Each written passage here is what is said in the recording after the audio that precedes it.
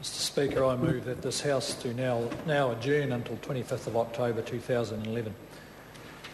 The Honourable Bill English. Mr Speaker, for the benefit of members, I'll just explain the dates in the motion.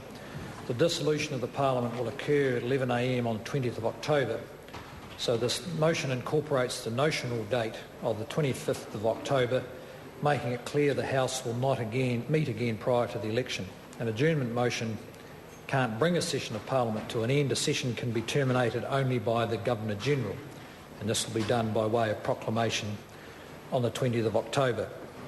So, Mr Speaker, as we wind towards the end of the year, on behalf of the National Party, I want to acknowledge you and your valiant attempt to make this a place of facts, with more facts and less politics.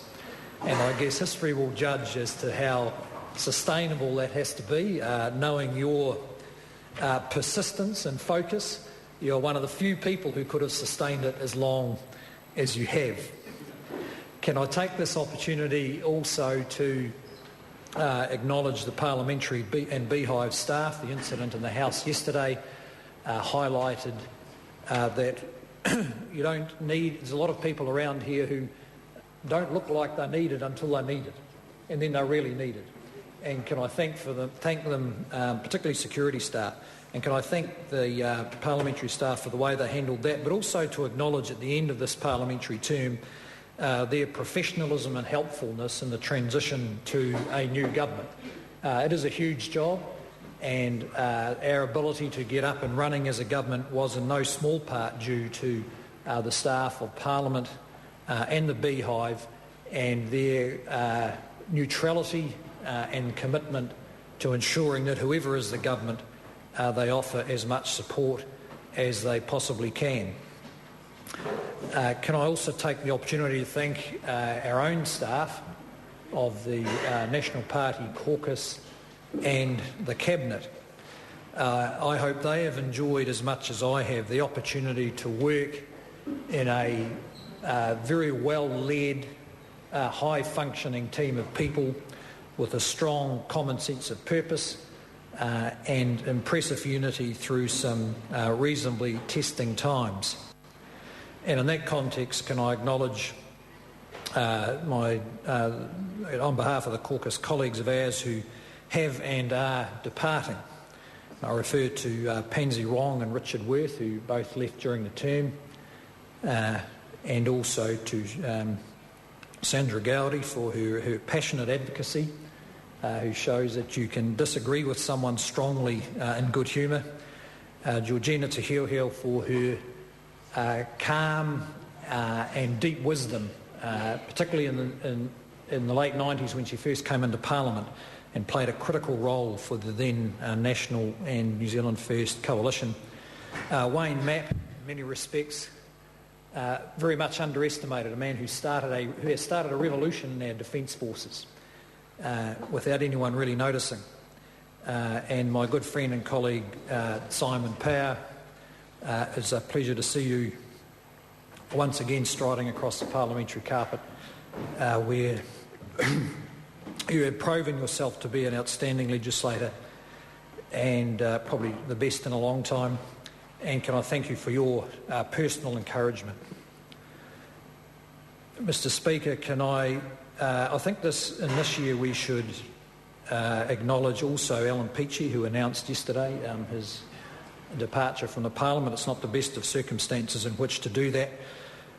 A man from whom you learn the value of strong conviction, strong and unerring conviction. And I think the mention of these colleagues just indicates there's no one who comes into this Parliament or to a caucus from whom we cannot learn in their early stage of their career or later on. Mr Speaker, there's another group of New Zealanders I think we should acknowledge today, and that is the people of Christchurch. They have worked, they have had to put up with the most dreadful of circumstances. On any given day, of course, what's going on in Christchurch now is not spectacular, except the days, of course, when there's large shakes. But day after day after day, they have to put up with the grinding discomforts and uncertainties of a city whose way of life has been fundamentally affected by the earthquake.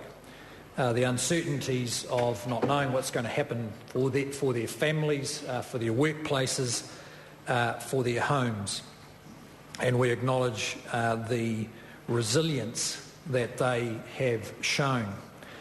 I also want to take the opportunity to acknowledge those parts of the public service that have been involved with the earthquake. And I mean the public service in the broadest of definition, from the emergency services who've been involved in these major events, but also the policy and technical people. We have seen a willingness and a professionalism and a work ethic from those public servants which has enabled the government to deal with very complex issues which we have not had to deal with before. And some of those people I know have worked extremely hard all of this year, day after day, through weekends, month after month. And in that context, acknowledge the person who has shown them the leadership to do that, and that's our colleague Jerry Brownlee, Honourable Jerry Brownlee. And I think it was quite telling, actually, that despite the inevitable criticism of someone who takes the assertive approach Jerry takes at times, that the people of Christchurch believe the government has done a pretty good job of managing a difficult situation. And certainly there's no doubt in working with Jerry that the common good of that community is what drives the relentless energy that he has focused on these difficult problems. Mr. Speaker, that resilience that we've seen from Christchurch people and those who have gathered round the recovery of Christchurch, I think is simply in a more intense version of the resilience we have seen from New Zealanders. It's reflected in the wider community. And I want to acknowledge today, on behalf of the government, the way that our families, our businesses, our organisations have adapted to a difficult set of economic circumstances with a resolute will, a healthy pragmatism, and a positive view of the future. And that is not to say they found things easy, but I think those who've been around politics for a while might want to reflect on the fact that we've had less complaining from New Zealanders in these circumstances than I can recall at almost any time, and certainly less than in any previous recession. And in some ways we're reaping the benefits of being an open economy for 25 years. People are less inclined now to wait for the government to solve their problems and more inclined to roll up their sleeves. And that is in no small part due to the leadership provided by John Key as Prime Minister of New Zealand. In tough times, the most relentlessly positive person that I've ever worked with sometimes needs that positivity calmed down a bit. But the people of New Zealand have responded very well to a leadership for the times. Pragmatic and balanced judgments which have been reflected in the government's policy through this term in economic and social policy, a willingness to get on and make the decisions that need to be done. And Mr. Speaker, I think the progress the government has made in social policy areas has been less remarked on, but will turn out to be as important as its economic policy. So, Mr. Speaker, as we head into one of the more peculiar election periods we've had because of the World Cup, we wish the All Blacks well. We know they will show the same resilience in the face of adversity as the rest of New Zealand has. It will be a contest between looking forward and looking back. I don't think there's much doubt about that. A national government that is looking ahead to a better New Zealand, a brighter future, driven by the aspiration that New Zealanders have shown, or a Labour Party still looking back with nostalgia to its time in government, as exhibited by it. Although its billboards are a bit unusual, they can't even say vote Labour. They can't even say vote Labour.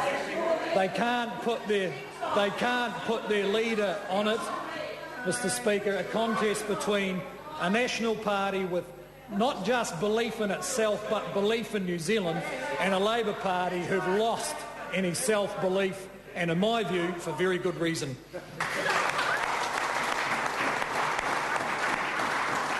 The question is that the motion be agreed to. The Honourable Annette King.